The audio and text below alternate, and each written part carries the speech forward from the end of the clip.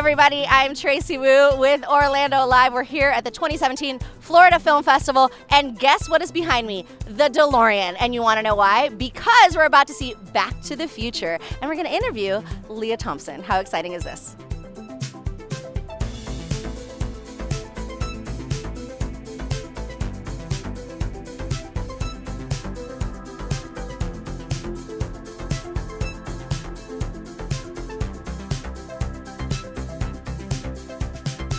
Lea Thompson.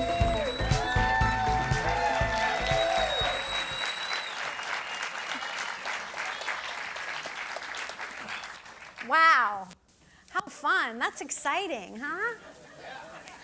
Did everybody have a good time? So I sat and watched it in the audience because I haven't seen it on the big screen, I think since 1985. Really? That's so when cool. I was much younger. I just think about the legacy of this film, how long it's gone on, and what it's all sort of kind of created here in the almost expansion of it. When you look back on a movie like this, how do you feel about it? Well, this is like a special movie, I think, because of the way it's aged. It aged better than we ever intended it to, because of the fact that when we made your parents were from the 50s, so yeah. It was kind of like you went back and kind of you were nostalgic for that. And now you're nostalgic for the 80s and the 50s, so you're nostalgic for your parents and your grandparents. So it ended up actually becoming an even more interesting story, because people really are nostalgic about the 80s, and oh, yeah. And this movie is strange, like it's the way it portrays the 80s is so interesting. And it's also like, I don't think we knew that the themes were so important that it would be a really fun movie for parents to show their kids. Yeah. Because not only you're seeing that your parents were people too, but you're also seeing this really important lesson, which is that one moment can change your life. One moment of courage, one moment of doing the right thing, one moment that you stand up can change everything. And I think that's really one of the secrets to time travel movies. It's not just the cool time machine. It's the idea that of looking backwards, like being able to look back and see things. It's so haunting and so interesting. I think that's why people like This Is Us so much, because you get to see the past and the future at the same time and see what the parents were like. It's the same thing without a time machine. Yeah, I think one of the things that the movie does, it nails the kind of universality. I don't think that's universality. Universality of that experience. The character of Marty goes back, and there's this beautiful scene at the beginning of the movie where you meet Lorraine and George in the present day of the film, and it's a sort of disinterested marriage, and Lorraine's drinking the vodka in the kitchen, which is actually hilarious, because I think I don't know how many times I've seen Back to the Future. It's a lot, but I don't know when I remembered noticing, like, hey, she's got just a glass of vodka, and she's telling all these stories about how I didn't do any of these things when I was your age, and then of course you go back in time and I don't know if you want to necessarily say that you learn that your parents are lying to you about everything. But there's an incredible innocence to the character of Lorraine. She's a firecracker, there's no question about it. I think maybe harkens a little bit back to the 1950s and how we think of that time as being, our nostalgia for the 50s is that it's a, ideal, bucolic world, right. Whether it was or wasn't is irrelevant to film. Right. Right, but it wasn't. There was this horrible bully, and there was, and there was this girl who was in love with her son. It's like, it really wasn't. But that is what's interesting. But it was really magical creating just Courthouse Square. Yeah. They turned it from the 50s to the 80s, then they turned it back to the 50s, and then they turned it into 2015. This entire giant set, the magic of that was so spectacular for me, and it was so fun to walk into that dance and everyone dressed like that. All the cars, and it was really magical, the world that they created, and that's one of those things that you really appreciate about a well-crafted movie. Yeah. And this is a well-crafted movie. the script is studied in film class in a lot of great film schools as one of the perfect scripts of all time. The way he, the way, and it was very different than the first script I read. Like if you go, you can buy these scripts on the street in New York. If you buy the Back to the Future script on the street in New York, it's the first draft or the shooting draft or something like that, and it's completely different. The DeLorean is a refrigerator. There's a, and then they were like, kids shouldn't get into refrigerators. Maybe you shouldn't do that. So they came up with DeLorean, and they also like had, it was a nuclear reactor. There was all these different things that happened that they changed the script, but what ended up is that the script was a great script, the way it was put together. Yeah, that brings me kind of to one of my questions. I mean, you guys made this movie in 1985, or perhaps shot in 1995, in 1984, and you had been, acting professionally for 3 or 4 years at the time, and you've been in a succession of, fairly high-profile movies. But when you got this script in the audition process, I mean, what was that really like for you? I mean, how badly did you want the role? How did it go? Well, I read the script, and I have a strange, subversive sense of humor, so it really appealed to me to play this character. And she was nothing like me. Sorry, guys. Lorraine McFly was a figment of my imagination, and I was just a normal girl in the 80s. And, well, not normal, but anyway, I really appreciated the insanity of the idea and the character and obviously as a role to play this 3 different aspects of the same character, to play the older and the younger, and they were very specific that they wanted the young actors to play the old Lorraine, and not old, 47, okay? 47. That's young now, but at the time they called it old. So, but it was a great part, and I really, really wanted it, and they saw me, because I had done another movie at Universal called The Wildlife with Eric Stoltz, and they were actually looking at Eric Stoltz. And they saw me, and they were like, we like that girl. And so I remember auditioning. And, I'm a singer, too. So sometimes, like with acting and with singing, you'll hear a song, you'll be like, I can do that great. That's just perfect for me.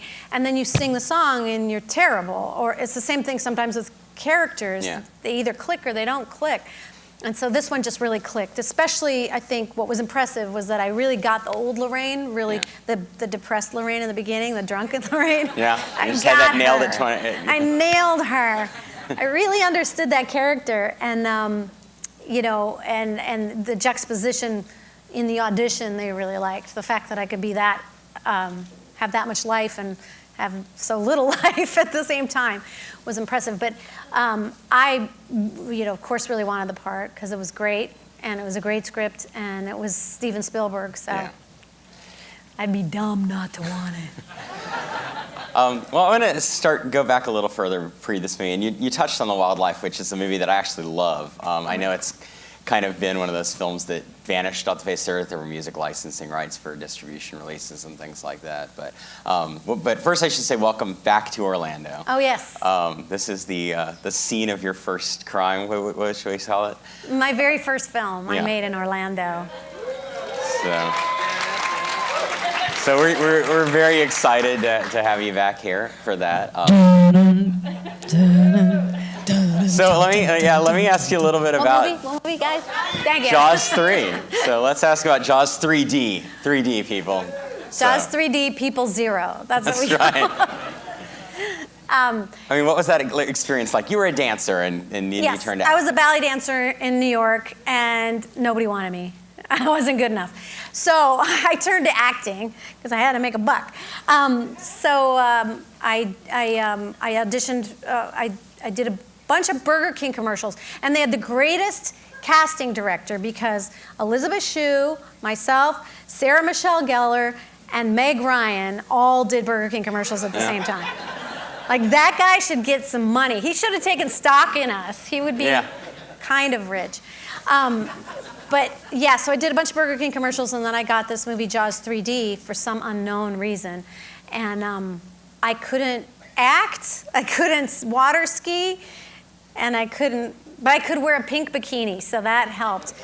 And so I did, so I came here, and I was really surprised. I was like, SeaWorld is nowhere near the ocean. Like, No. how are we making a shark movie here? But through the magic of movie making, I did like the whole water ski show. I learned how to get on a 3-tier pyramid, with little girls standing on their little shoulders. Has anybody seen that SeaWorld show where they do those pyramids? I did that. And then they put it in the ocean. They took us to Key West, and they put that water ski pyramid on the ocean. And I didn't get killed, so I finished the movie. And you survived the horror movie. I survived Jaws 3D, yeah. And there's a lot of sequences in Jaws 3D where you're clearly going to die repeatedly in the movie. You have all of the "I'm going to die" lines, which is "Let's go swimming," and I'm drunk, and let's get in the water at night, and it's just like she's going out any second. Yes, but I didn't die. No, I did not die. I thought I was gonna, but I didn't die. I just got a big gash on my legs. I guess they thought I was too charming to actually kill me. So we'll call that Jaws 0 and Lea 1. Yes. But I have it's a very sweet place in my heart because it was a really big break for me. And then you did All the Right Moves with Tom Cruise right after that. Mm-hmm.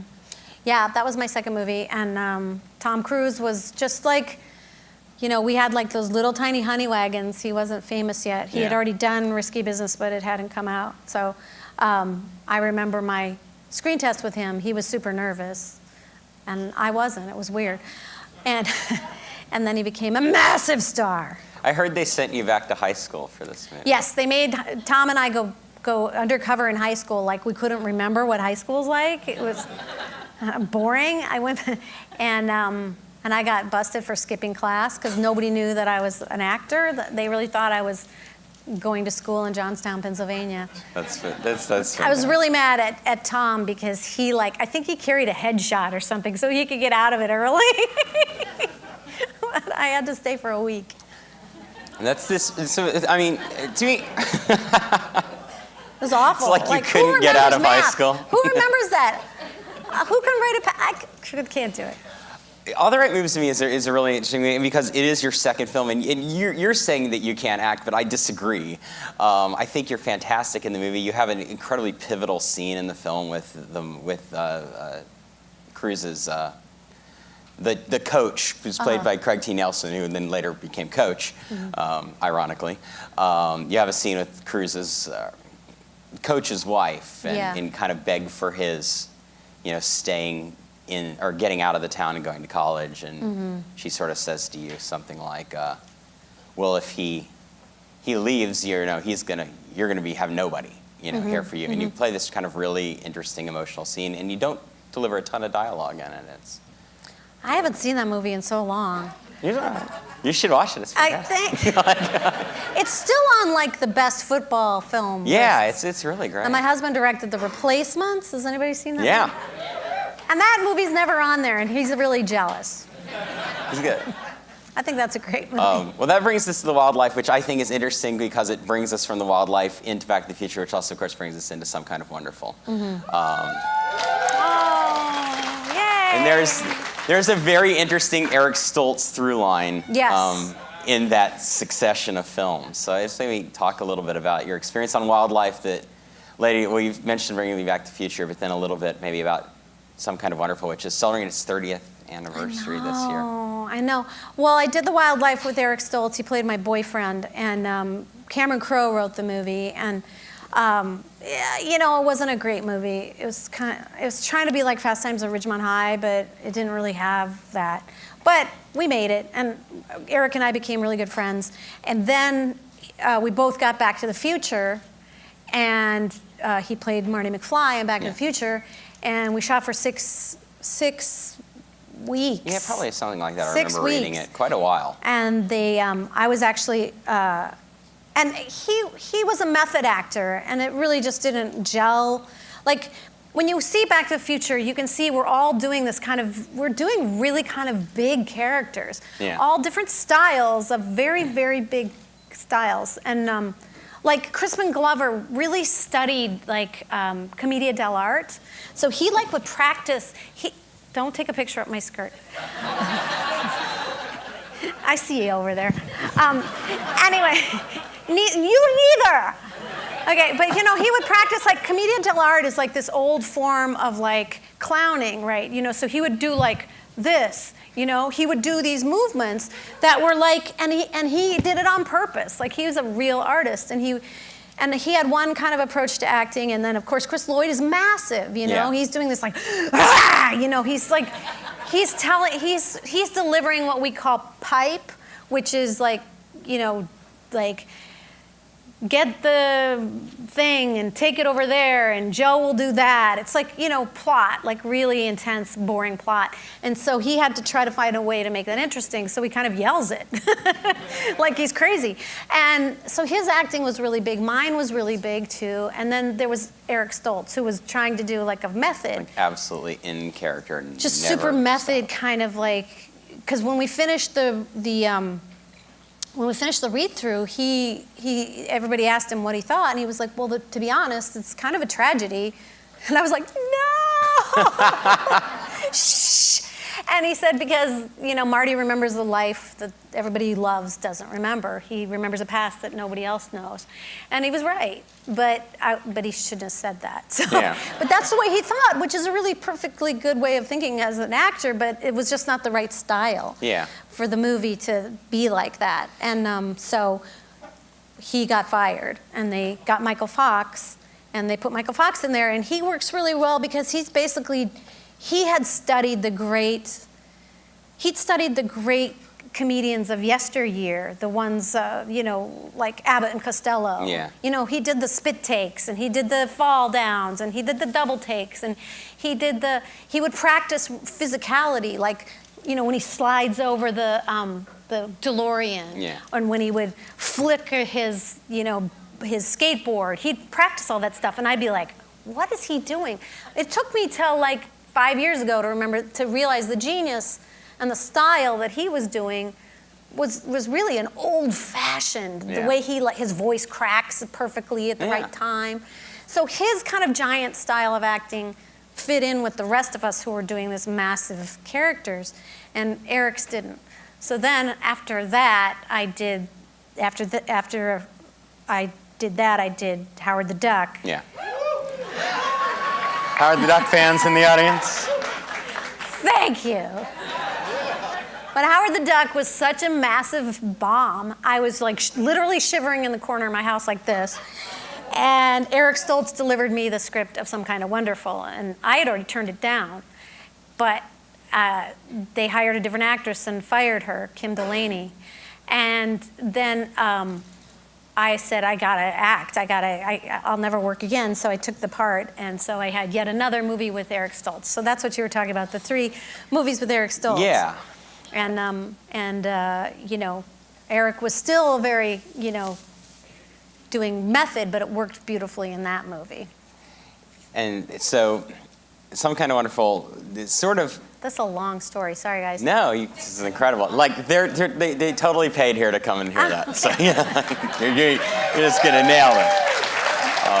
There's a little boy here. Otherwise, I'd get into some other stories. Some Kind of Wonder. I know everyone is talking about Back to the Future, and I know you guys are only going to ask Back to the Future questions, so I'm going to ask other questions. Some Kind of Wonderful is sort of, it's heralded as, to me, who grew up on John Hughes films also. I mean, when I look back at my life, I think my life's like John Hughes films, but of course it wasn't, but it would be kind of cool if it was. This is, it's directed by Howard Deutsch. Yes. And you met him on this film, and 30 years ago this movie was made, and it's sort of heralded as the last sort of John Hughes teen movie. He moved into family films later on, and a lot of people have said over the years that they feel that it solved every problem that he had. And when he was done with this movie, from screenplay-wise, there was sort of nothing left to say. But I do feel like that in some ways that makes the movie sound like it's a John Hughes film. But John Hughes' 2 large movies were directed by Howard, which is Pretty in Pink and Some Kind of Wonderful, which are often looked at as separate halves of maybe the same coin. And I just want to know a little bit about, kind of, you say that, Howard the Duck bombed, and you feel that, you probably would never work again, so I better do the movie. But once you got onto the set of that movie and you began to work with that cast, I'm just, really curious about where this movie led, and in not necessarily in your personal life, although Right. you can. Yeah. I married the director. I'm still married to the director, and I have 2 kids. So it was really it was really some kind of wonderful. But, I think it was a really lovely script. I mean, it's a very serious movie in a lot of ways. It's not as funny as Yeah, as it other ones. doesn't have, I know. not broad like other Hughes stuff can be. Yeah, there's not.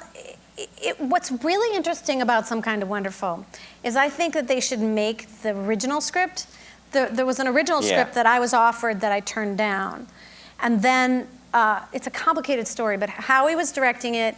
He offered it to me. It was the specific script. It was much funnier, much broader.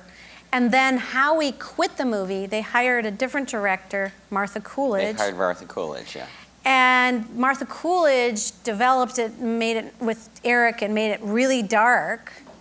And then they fired Martha Coolidge because that's not what John wanted. They hired Howie again. Howie fired some of the actors and put me back in the movie. So it was a really weird thing. But the first script was incredibly different. Yeah. And so I still think that if they ever would make more John Hughes movies, and there's a lot of them, they could, but the state won't let them. That movie would be an interesting movie to make. But this movie was a better movie than that movie, and people really love that movie. And it's funny because it wasn't really considered a hit; it was really considered a disappointment. But it's very resonant. People quote that movie to me all the time, and men and women. A lot of men love that movie, and. I think Howie did an amazing job. The opening credits of that movie with the him walking, almost killing himself, and with the train, and me making out with Craig Sheffer, the way that he intercut that with that piece of music is beautiful, beautiful. I think it's an interesting movie because the Stoltz's character, and probably the reason why you say men love it, as much as that it does, is that it does tap into this kind of, it solves what everybody else felt was the problem with Pretty in Pink. Whether it's a problem or not is debatable. I actually think it ends solidly. But the idea in Pretty in Pink, of course, is that Ducky doesn't get he doesn't get Andy. Which they reshot. Yeah.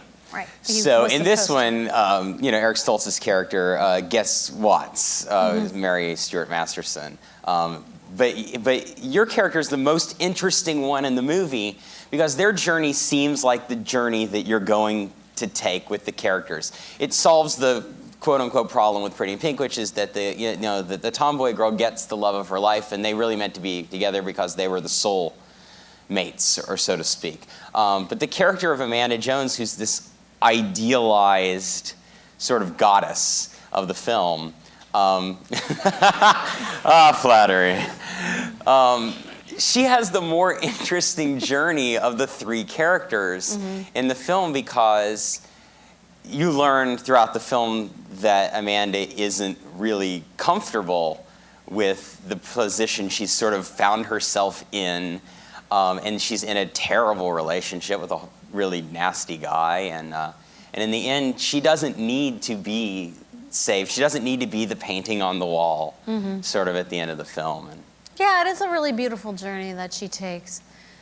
It is a really interesting thing because I know it seems stupid, but even the pretty girl has it rough. You think that there's this person, these people in high school that, that the pretty girl doesn't have it rough, but she does. She's got a lot to live up to. And that was a really interesting thing that John decided to write about. Very unusual, the way he took the archetypes of these archetypes and twisted them. I knew I was in good shape when they showed me my house. And I was like, I live in this crappy house. And my mom's like, a drunk, and I was like, okay, that feels real, Yeah. And it's interesting because my daughter just did a movie. My daughter, Zoe Deutsch, is an actress, and she just had a movie out called Before I Fall. Yeah. And in that movie, it's a beautiful movie. You should see it. It's lovely. And it's about a girl that's really popular who keeps living the last day of her life over and over again until she kind of learns humility and kindness. And so it was the same idea of kind of taking the pretty popular girl and showing what it's really like in her mind, or what, that she actually has problems too. Oh. And it was interesting. Yeah, I think there's something about that. As you bring up your daughter, Zoe, you just directed. Mm-hmm. Not really for the first time you've directed TV episodes, yes. but you just directed a feature. Do you want to yes. tell me a little bit tell everybody a little bit? I bet none of you guys know that she just directed a feature film. I know. Yeah, maybe next year they'll put it in this festival. I don't know. That's right. There was a pitch outside to program it. If I play my cards right, maybe. I don't know. But yeah, I've been directing for like 10 or 11 years. I directed TV movies for Hallmark, Jane Doe movies, and then I directed my show Switched at Birth. Switched at Birth? Okay, thank you. A lot of sign language in Switched at Birth. That's why I had to remember that. And so I directed a bunch of Switched at Birth. I directed the Thanksgiving episode of the Goldbergs this year. And then I also directed a movie called The Year of Spectacular Men that's like a real indie that my daughter Madeline wrote. Yeah. And we, like 3 women collaborated, my 2 daughters and myself, to make this movie. And so it's a real labor of love. And, so that's why I really appreciate you people at this film festival, because these movies, these little movies that people make, are so difficult, and you put so much of your heart in it, and it's so beautiful that you guys come out to support that, because the movie business is so weird now, and this is the only way they kind of get out. Yeah. So we really appreciate what you do. And I make a lot of independent movies, and they're usually, time donations, Yeah. You're not making any money, you're just doing it to support other artists and all that. And so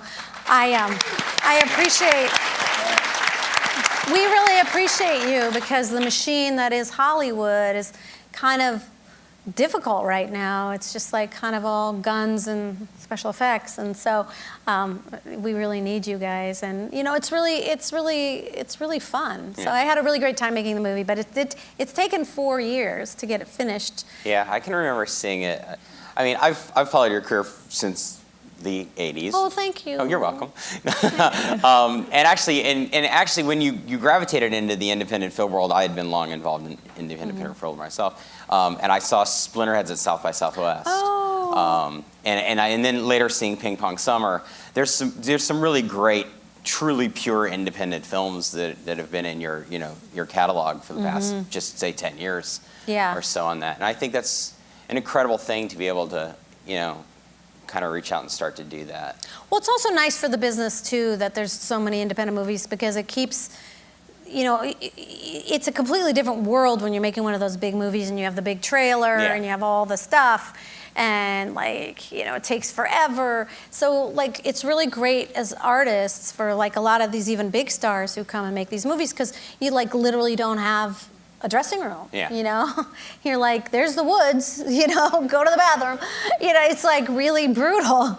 But it keeps it keeps the community tight. It keeps us, doing it for the right reasons. And do you feel like in the independent cinema world there is that kind of idea of the makeup truck is like the car, and you're using the side mirror, and your shoot dates are really tight, and it's usually it's like a little bit of more going to war than necessarily the sit around and wait kind of aspect of big set life. Yeah, it kind of fosters, is it more interesting as an actress to do that kind of more intensive, smaller stuff? Well, what's nice is that there's less people, cooks in the broth. I really like being part of someone's vision, single vision. You have a lot bigger chance of some director just kind of having their vision and them being able to do it. And not a lot of people saying, well, no.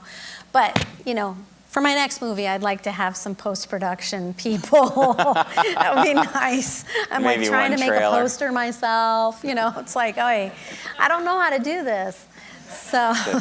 See, I think you literally just personified every independent filmmaker probably running around the festival circuit at the end of the day, which is I totally made my DCP in my car.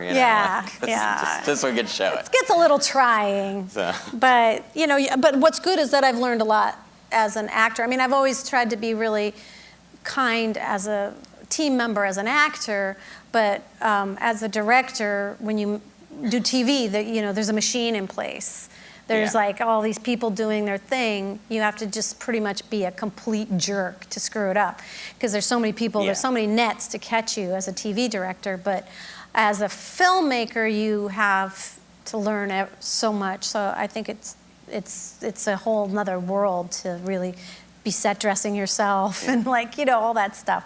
Would you say that you're an actor's director? No. No? I don't you think let them so. go at it and you just... No, I'm like, it's your job, do it. I gotta do this. That's great. You always hear that. You always hear that, I started out as acting, so I really understand that craft of it. So I really, understand that they should do their they job. should just go to work. Like I do. Because, most of the time you have to be director proof. Yeah. Because in TV, a lot of times, no one's helping you. But I will say that as the director, I'm with them. Like some directors, you need to know that they're with you. Yeah. Like I'm with you. I want you to do your best. I care about you. I'm enjoying what you're doing. I'm with you. So I think that that's really important. Great. Well, I guess we should let these people Yeah, we have just at yammering. you. I mean. You ask us some questions. All right, so there's a microphone set on each side yell, of the and I'll room. recorded it. If anybody could step up, that would be amazing. And I what ate- we'll try to do is bounce from side to side. I ate so much So- dinner, my boobs got bigger. Look at them, they're like, what is happening right now? She's Squish. only telling you that because the kid, he disappeared. He disappears. He's gone, so it's getting raw in here. Oh, it's okay, I don't care. I was joking. I was happy not to be able to Get tell that. They my actually off-color sold their jokes. child off, No. All right, well, let's start over here. Hi, how are you? Hi, I'm Ashley. Nice to see you, Miss Thompson. Thanks for coming. Thank you. So many of us from Central Florida remember not only the movie, but we also had a Back to the Future ride over at one of the parks. And when that ride closed down, they had a real problem with employees breaking in and trying to steal flux capacitors. They did.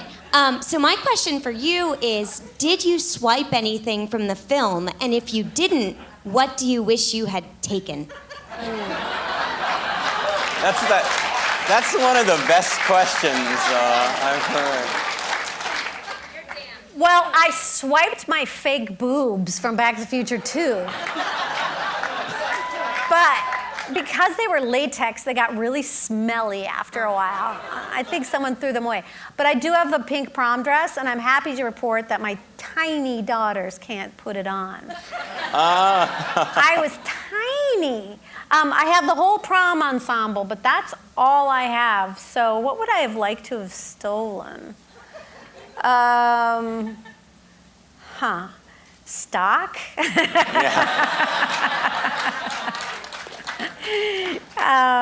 Geez, that's a good question. Probably more in my clothes, because actually I've seen them and they sell them for a lot of money, but I would have never sell them. But gosh, I don't know. The DeLorean, how's that? Wonderful. Thank you. Solid answer. We'll get you right on this side. Hi, Ms. Thompson. I'm Chris. Hi, Chris. Thank you so much for your time. Thank you. I feel like it holds true now more than ever that they just don't make them like they used to. And I feel like the films of the 80s and even some of the 90s that were in that era kind of dismissed as these, cute or fun or action films. Watching them, it's so evident that that staging and composition and cinematography is truly a lost art. And you watch, and I'm a huge Zemeckis fan of when he was in that era. His use of camera in films such as Back to the Future and Romance in the Stone, it is truly a dance between what the performers are doing, what the set piece. The sets are almost a character in themselves. Did you feel that? Was it evident when you guys? I know you've talked about how special the movie felt when you were making it, but from that aspect of actual filmmaking and storytelling, was that evident? Was that very prevalent? Like, were you really seeing, oh my gosh, these floating inserts and all the beauty of just the filmmaking that is just not done anymore? Yeah, I definitely, he always loved me because I was an actor. Like, there's a really specific shot in Back to the Future 2, because I was a dancer. There's a really specific shot in Back to the Future 2 that's amazing where he wakes up in Biffland And I walk out and into this big set, and there's a huge crane shot that follows me out. And he loved me because I would help motivate him and be perfect, but it would require, there's no cameras closing, but it would require you to be like, do really unnatural things. So you'd be like, oh, Biff, I don't want to do that. I'm going, you'd have to do these weird moves to motivate him. And he loved me because I would be like, yeah, that's cool. That's like dancing. But, I was always fascinated with the way he motivated camera moves, the way what's brilliant about Back to the Future is that it's very slow in the beginning, but he somehow tells you to look. He somehow tells you, look at this, look at this, look at this, and remember this, and I will pay it off. And you trust him from the very beginning, to go on that journey. And no one makes movies like that anymore. It's like things happen and they never pay them off, and you're like, what happened? And you go home and you're like, why did they do?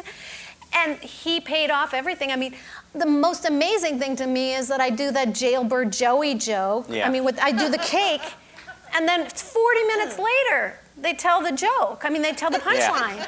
Get used to those bars, kid. To set up a joke and 40 minutes later pay it off is pretty impressive.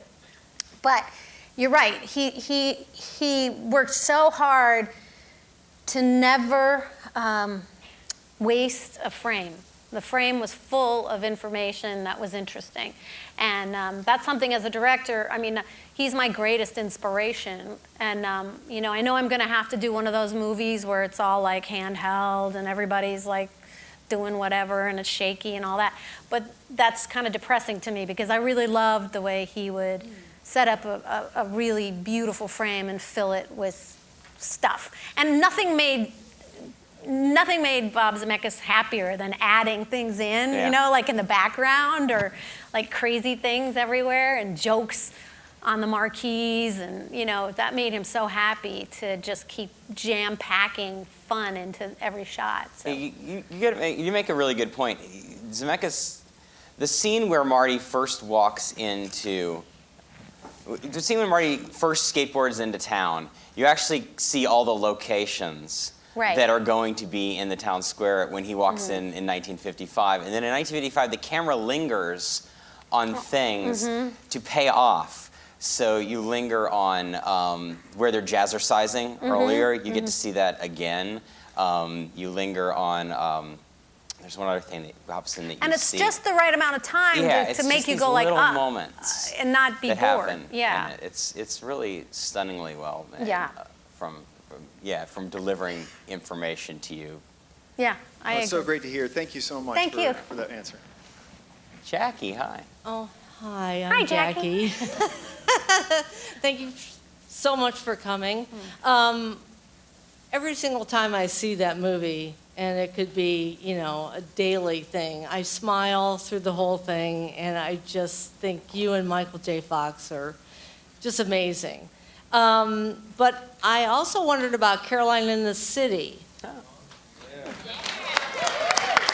I loved that show. So anyway, just if you could talk a little bit about that. Caroline in the City was like a godsend because, apparently, if you actually have a baby, not if you adopt it, but if you actually have a baby, you can't be a movie star anymore. Apparently. So after I had a baby, I really couldn't get another job, even though most of my movies did well. I couldn't literally get a job. So Caroline in the City I was developing a TV show at NBC when I was pregnant with my daughter Zoe, who's now a movie star. And so I needed a job, so I got Caroline in the City. They gave me a stack of scripts, and the head of NBC said, do this one because it's got your name in it, so they can't get rid of you. So I did Caroline in the City, which I thought was really funny. And it was a great job. I mean, doing a sitcom is really, really hard. It's so much pressure. Telling jokes is so hard, and the way that they craft the scripts and the way you have to set it up perfectly and tell it, and it's an audience, and it's so much money. I mean, we Yeah. got the very best time slot ever on TV between ER and Friends. Yeah. And it was so much pressure, and I guess if you're doing Big Bang and it's the 8th season and it's like the biggest show in the universe, it's calm. Yeah, you're But my show, golden. My show was really hard. They would rewrite like a third to half of the script between the run through and when the audience came Oh, in. wow. So you'd be like literally trying to get the pages in and being like, what? And then the camera people would be yelling at each other, and you'd be like really scared. But I did enjoy it because it's actually really macho, because once you make it through that and you don't forget your lines, and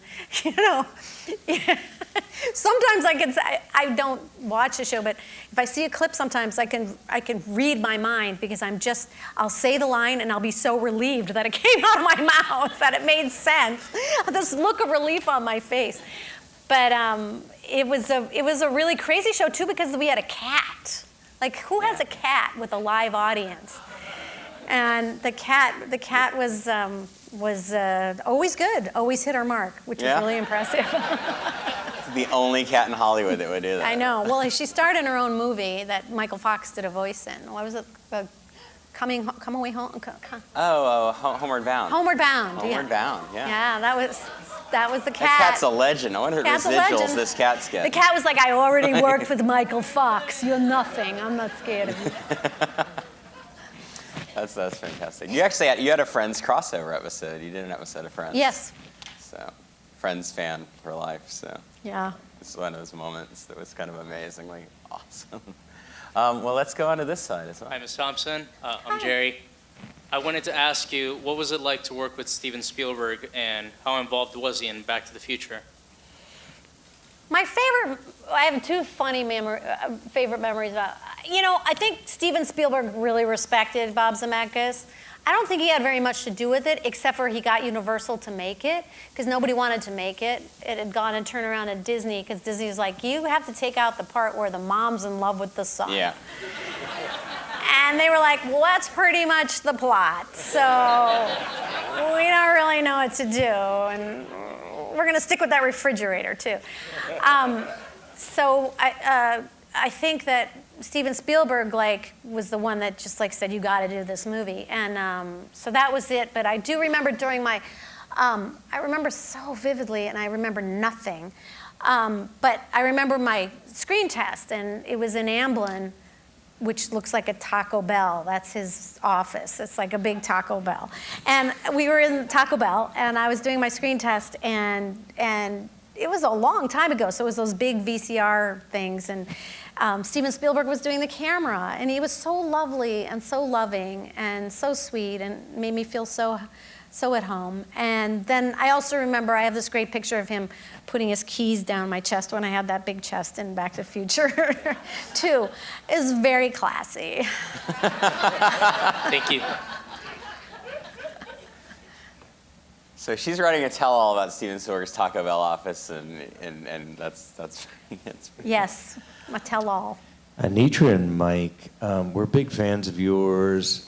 We love Red Dawn, especially your scenes with Powers Booth. Wolverines! Very emotional.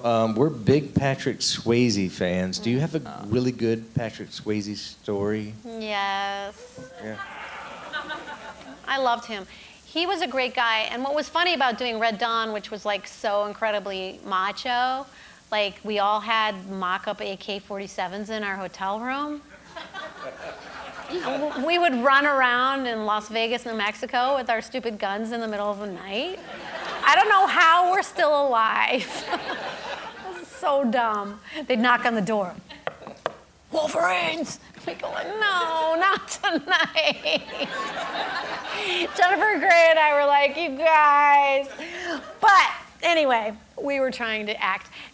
But the funny thing about all that was that Patrick Swayze and I were both very recently in ballet companies. Yeah.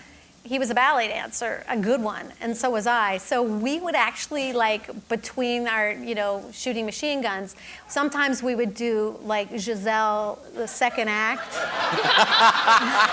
Anitra. Not kidding you. And it was hilarious. But we were, we were dancers, and he was a good dancer. Happened. Thank you.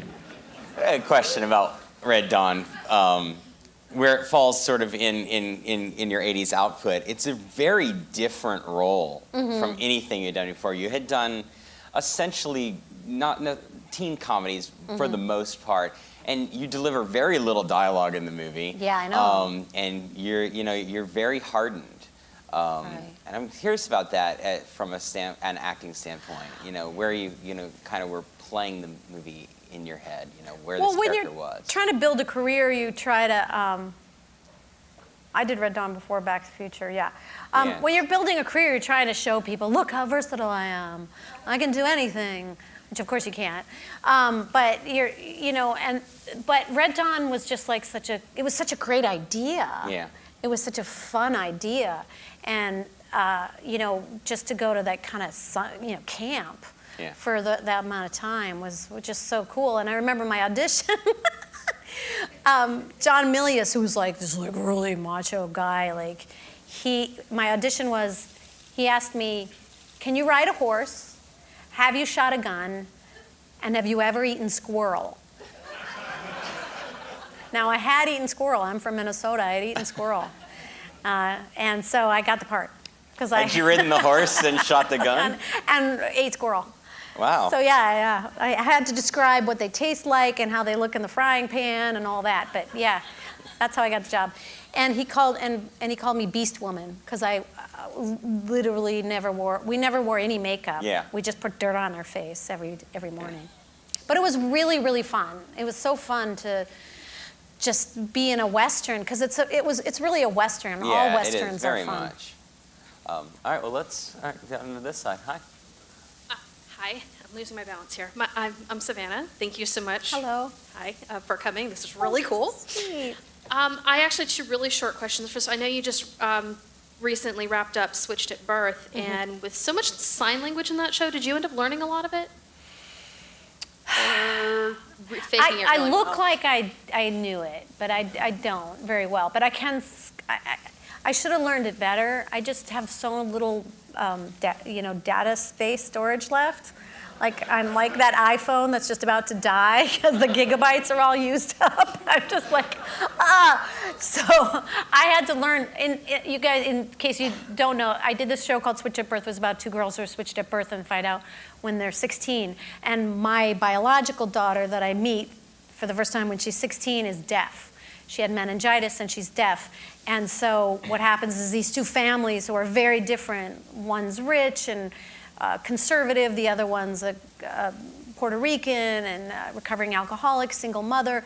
These two families have to blend together. So during the course of the 5 years that I've been doing the show, all the characters learn sign language, and we won a Peabody Award and all these different awards because the deaf people who are deaf, and a lot of people are deaf in America, really loved the way we embraced it. We even did a lot of entirely silent scenes, and then we did a whole episode that was completely silent.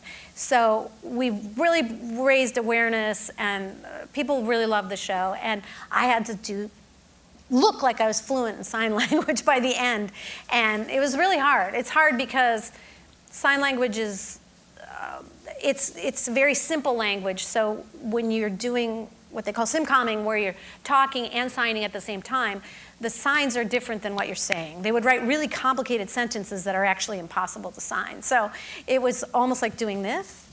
But I did learn a lot of sign language, and I can usually communicate with someone who's deaf.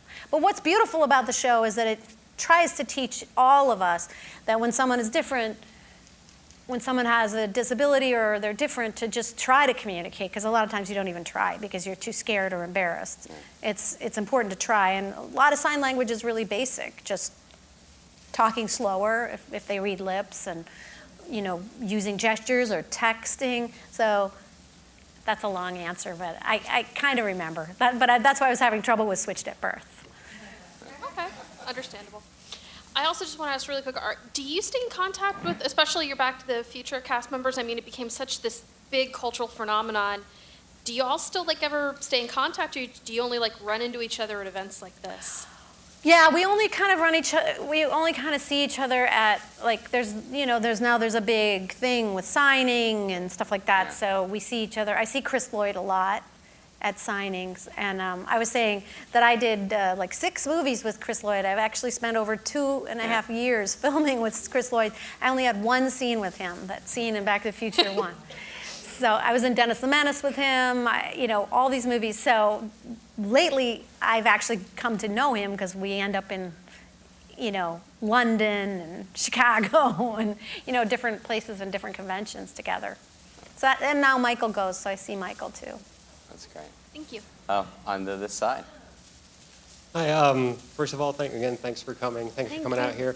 My name's Tom. You most likely don't remember me. We met a long time ago at the. It was like a MegaCon convention. You're the father of my child. You found me out.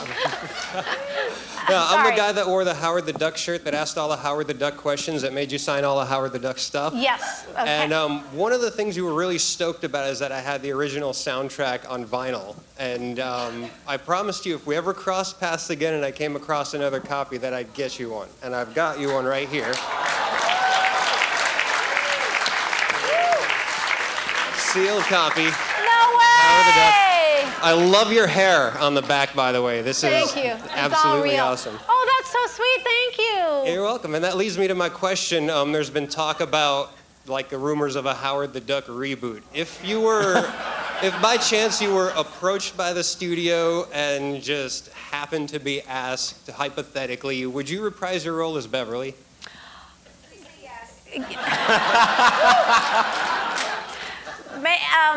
That won't happen. But of course I'd say yes. Like, oh yeah, I'm not going to say yes to a Marvel movie at this point, even though I'm the first star of a Marvel movie ever.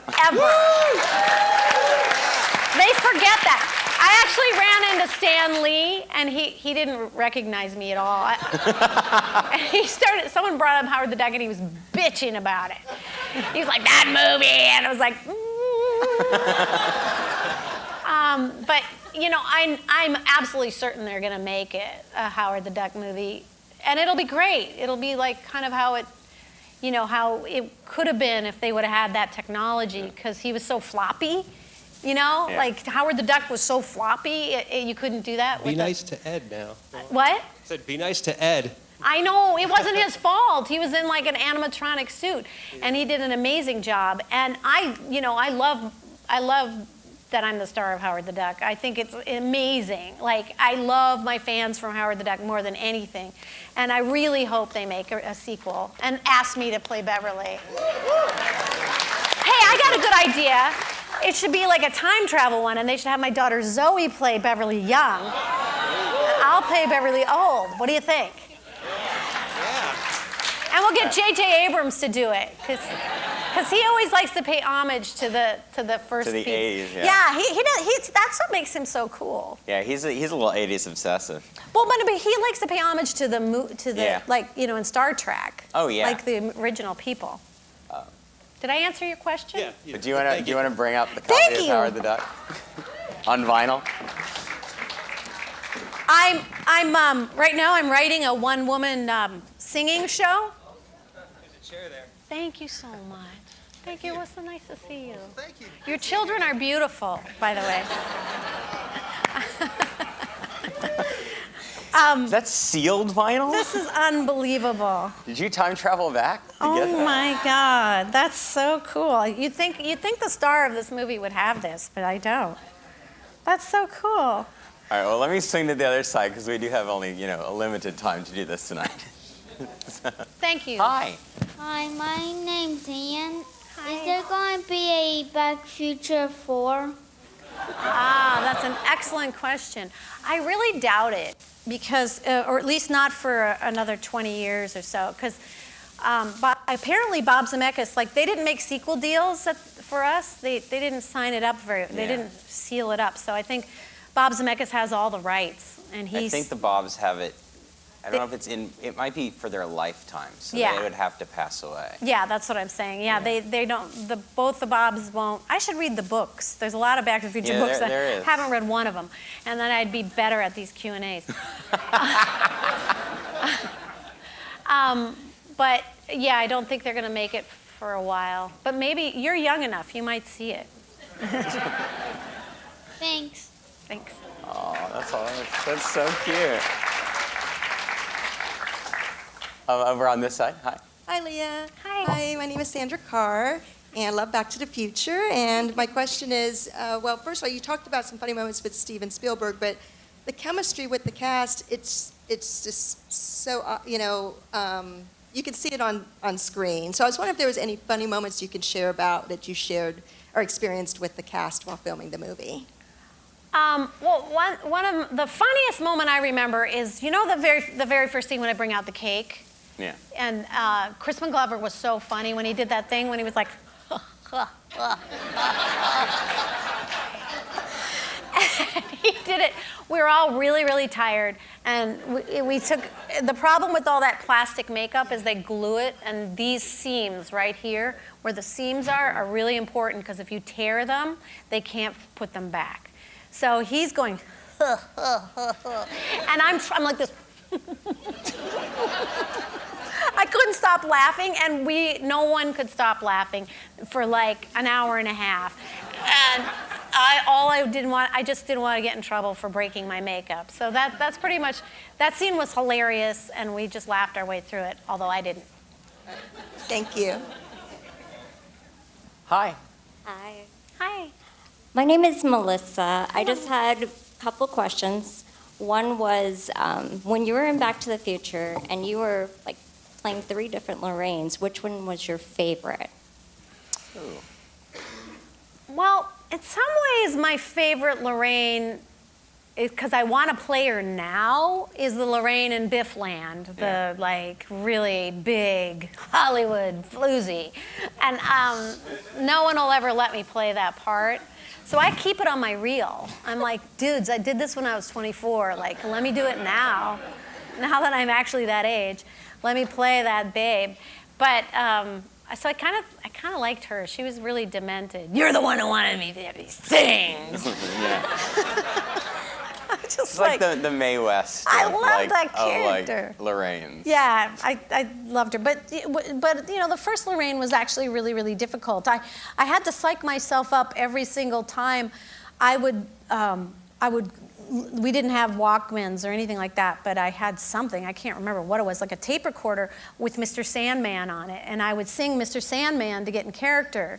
Because I'd just be like, oh, Leah, and then I'd just go boom, boom, boom, boom, boom, boom, boom, boom, boom, boom, boom, boom, boom, and I'd get in the character, and it was the only way I could do it. So she was hard, actually. It took a lot of energy to play that girl. Yeah. I think Lorraine's character is, she's understated in this really kind of beautiful way. At the end, when Marty comes down the stairs and Lorraine says, "Oh, it's interesting music," and then he makes a comment about the kids. If you ever have a kid, and he's 8 years old and he sets fire to the living room rug, there's this lip bite, look downward look, this shyness that Lorraine kind of exhibits in the movie that's belied by the aggressive nature of her in the car. Right, but that was really specific direction. Yeah. That was. It's just, I really like, there's a lot of nuance to the character of Lorraine, and I think you bring an incredible amount of just really interest. I think you really kind of get the girl, and you do say it is broadly played early on. I mean, that's sort of like, he's a dream, or I'm gonna get him, and that's funny and sweet and everything. But inside of that, even the scene where, when you ask George to help you, because Biff is manhandling you in the car, it's just, there's a real look of, it's there in the eyes, that just kind of like. Thank you. So. That's a very nice compliment. Oh, you're welcome. Thank you. Just, like I said, I just watched it. I said again, and I'm just like, I'm taken aback by it, because you study it more, I think, when you're going to sit up here and want to talk about it with everybody and really look at how the performance happens. Well, it's interesting. I hadn't really seen the movie, but a couple years ago, they took the music out and they played the orchestra. Yeah. And has anybody ever seen that? They take the music out of the movie and then an orchestra plays it. Yeah. Yes. At the Hollywood Bowl. I saw it at the Hollywood Bowl, and what was really interesting, because talking to Alan Silvestri, who did the music, there is no music. There's no score for like 24 minutes. So he had to write more score. So that was really interesting to see the movie with more score, which is something we're more used to now. That, like wall to wall, violins telling us what to feel. And so it was really interesting to see. It's so bright in here. Hi. He's I don't over remember which here. was He's the last really slide I short. was on. I just had one more question. Oh, okay. Oh, sorry. It's okay. The one other question I had was, what was your funniest scene with Michael J. Fox? I think when I'm in the car and I'm taking off my thing and like he's spit taking and all that. That was really funny. It was funny for us to kind of process what was going on because, we were like, we were like, wait, we're doing like this seduction scene that goes wrong, but you're my son and you're my mom. It was all like a very funny thing to do, and it made the director was very nervous about that whole sequence because the whole plot has to change. Yeah. Like I had to sell that I was in love with this guy, and then I kiss him and I fall out in love with him, and then I have to fall in love right away with George, like the whole thing, and then there's like this, molestation, like the whole thing really made Bob Zemeckis nervous. I remember so hard, and plus it was really hard for him to get that shot where I'm kissing Michael. Yeah. Because they couldn't take the car apart, so it was just really hard for them to. Yeah, it's a very tight shot because it's really just your eye. And he then kept trying. Yeah. I just remember they were freaking out for hours, and I was like, "What can I do? Help! Kiss like this." I just couldn't. And he really wanted me to open one eye, but he couldn't get both eyes, so it just didn't work. Anyway. Well, thank you so much. That was a lot of fun. Thank you. So on this side. What's your favorite part in Back to the Future? Thank you for asking. I think my favorite part is when I fall back in love with after George punches Biff, which is this beautifully created sequence. And when I like reach up and I had to sell that, I had to like fall in love with him like that, in one look I had to fall in love with him. And luckily, the orchestra, Silvestri, and the Dean Cundy shot me with like, I don't know what, an inside light or something. But I still love that moment. I love the idea that at that moment he changes his whole life and everything gets better, and that love comes into his life and that he accepts it. That's a very weird answer, but that's my favorite moment because I'm in it,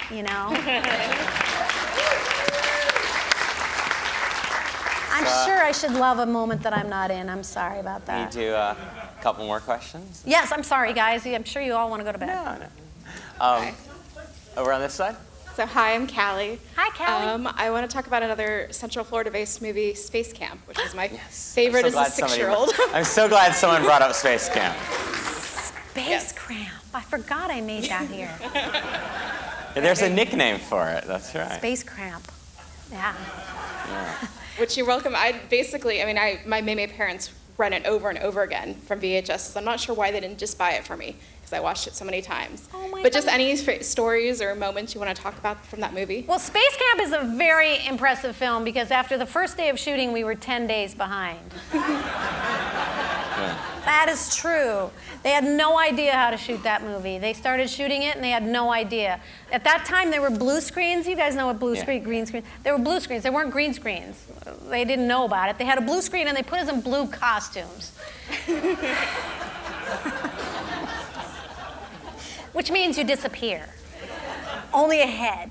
So then they were like, uh-oh, we better find something else. So they got a green screen. But they literally had no idea of shooting it. And they were like, we're going to be weightless. And we're like, great. And they were like, how? And they go, we don't know. We're like, okay. So we just became a mime troupe.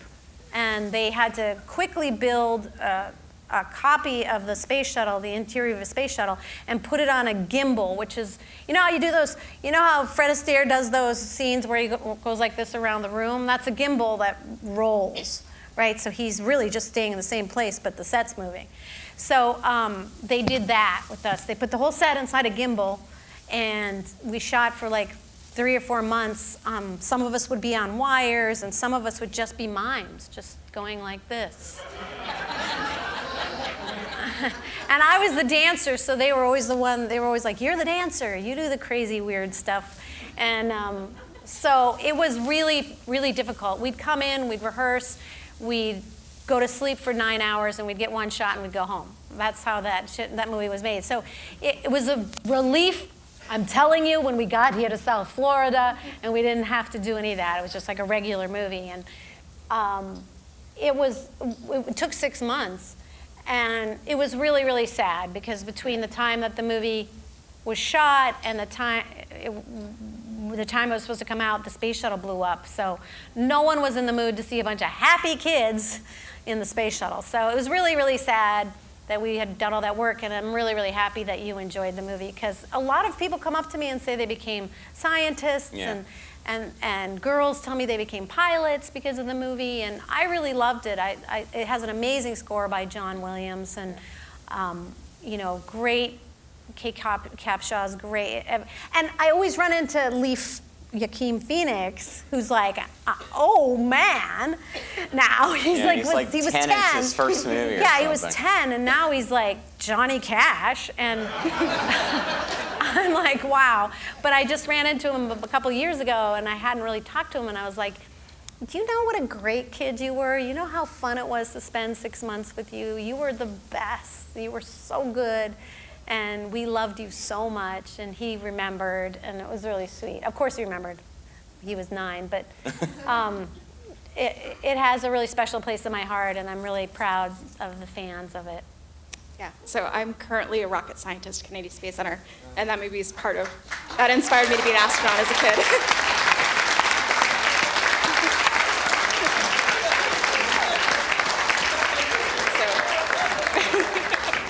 Yes, you use that example. I'm a real life, example of it. Well, that's pretty awesome. I don't know how we're gonna. Whatever your question is, dude, you might as well sit down. Oh, you made me cry. A rocket scientist. Yep, I worked on the Curiosity rover launch. What? Curiosity rover on Mars. I worked on the launch of that. I made sure that it was going to Mars.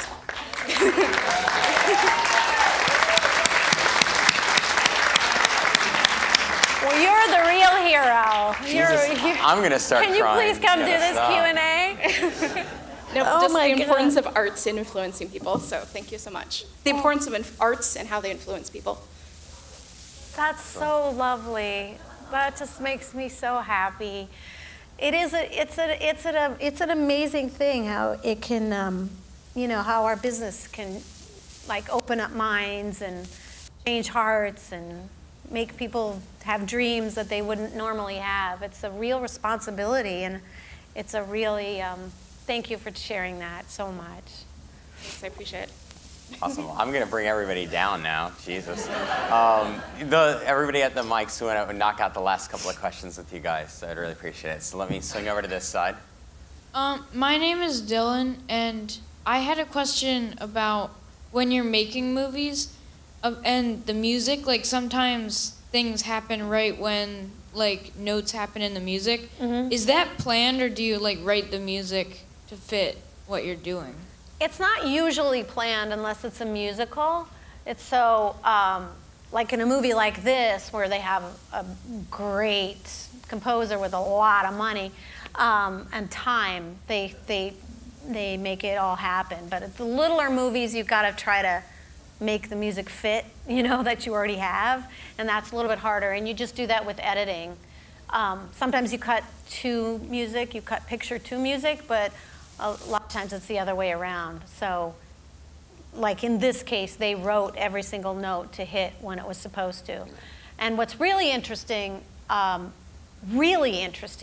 is that the orchestra only plays this stuff one time. They're such great musicians, and the composer never hears it again. I mean, that's what was so great about Alan Silvestri being able to hear it with an orchestra. I've seen it so many times. They have such incredible musicians that they sit there and they put the picture up like that. They all have their music.